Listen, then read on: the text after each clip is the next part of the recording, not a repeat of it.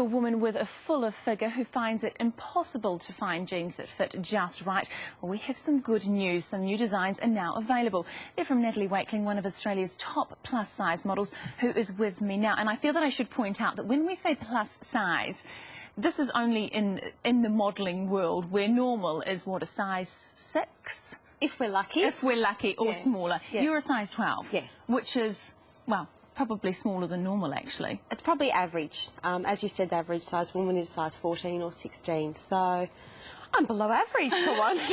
When you're at the height of your modelling career, what size were you then? A good 16. Yeah. Did you find that there were a lot of clothes available for you? Not at all. Look, every fashion shoot, it was like, oh my God, let's get the pins, and the garment was just totally zip undone at the back because they just couldn't get clothes. Really nice designer clothes to fit me for an editorial shoot. Like we're talking about Cosmo and Clio magazine. So the fashion editors had a real hell of a time, and they were really breaking new ground in the fact that they were putting me in designer clothes, but they didn't fit. People who know those magazines, I mean, you are a very familiar face. A lot of people will recognise you. You would have made a big difference to a lot of women's lives. Oh, look, it was just amazing to begin with. I'd have people stop me in the supermarket and say, oh my God, you know, my sister's your size. And it gave women a new lease on life, that they could say, you know, I'm going to be proud of my size 14, size 16 body. I'm going to go out and take pride in myself and go and spend a little bit more money, even though I am a size 16. Because the difference with you is it wasn't that they were saying, here is an editorial with clothing for larger women. It was just, here's the clothing that we're putting on a model. Yeah. She just happens to be a bit bigger than who you would normally see. Jeans in particular, I mean, every woman, regardless of their size, has a hard time finding jeans. Absolute staple in every woman's wardrobe. She must have a pair, and to not have a pair, I don't know what I'd do. Seriously, it's just one of those things. You have to have a pair. When you were a size 16, how much trouble did you have finding a decent pair of jeans? And you're tall as well. And hideous. Look, I'm talking about, this is where the muffin top all came in. It came in when us girls that had a backside and had hips, we wanted to wear sass and bide, but we couldn't because they stopped at a size 10. We appreciated a really good cut, a really good design, beautiful fabric. They weren't around. So you decided to do something about it. How are your jeans, the design of your jeans, how are they different from what you might find in your sass and bides of the world? Basically, our design concept is focused around the 4 basic shapes that are associated with the woman's form. So we base our design on the hourglass, the apple, the noodle, and the apple body shapes struggle the most. The apple body shape, I mean, it's self-explanatory really. It's where you've got, you're fuller through the middle. Oh, yeah.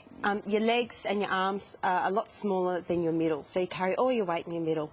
Most jeans aren't designed to be a little bit more generous in the waist area, so that's where the muffin top comes in. And the muffin top, for those who don't know, is the little bit of flesh that spills out over the top of the jeans. With plus size in general, I mean, is there enough design put into clothing for women, larger women?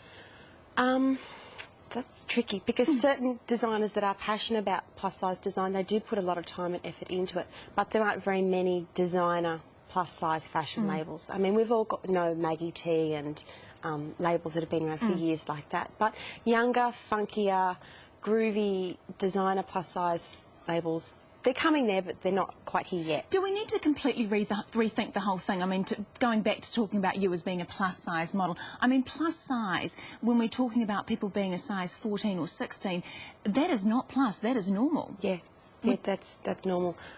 That's the thing, we're talking about the fashion industry. And that is not normal. Well, the thing is, most designers will appreciate that their clothes look better on a size 8 model. It's very easy to design for a size 8 woman.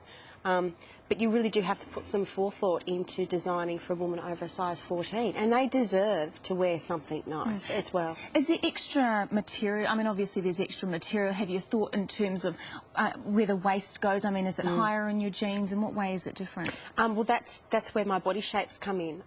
Certain body shapes should wear their waist at a certain height. So if you're an hourglass woman, you want to showcase your beautiful waist, and you want to hide the other areas of your body that you don't like as much.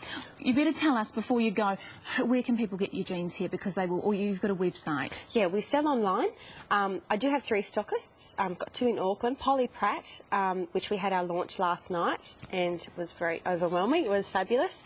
She's in is it Ponsonby. Ponsonby, sorry. Just give us your website and then people can get details. Yeah, the website's embodydenim.com.au. Great. Yeah. Thank you very much for joining us this morning, Natalie Wakeling, and people can have a look at that Embody, Embody denim.com.au.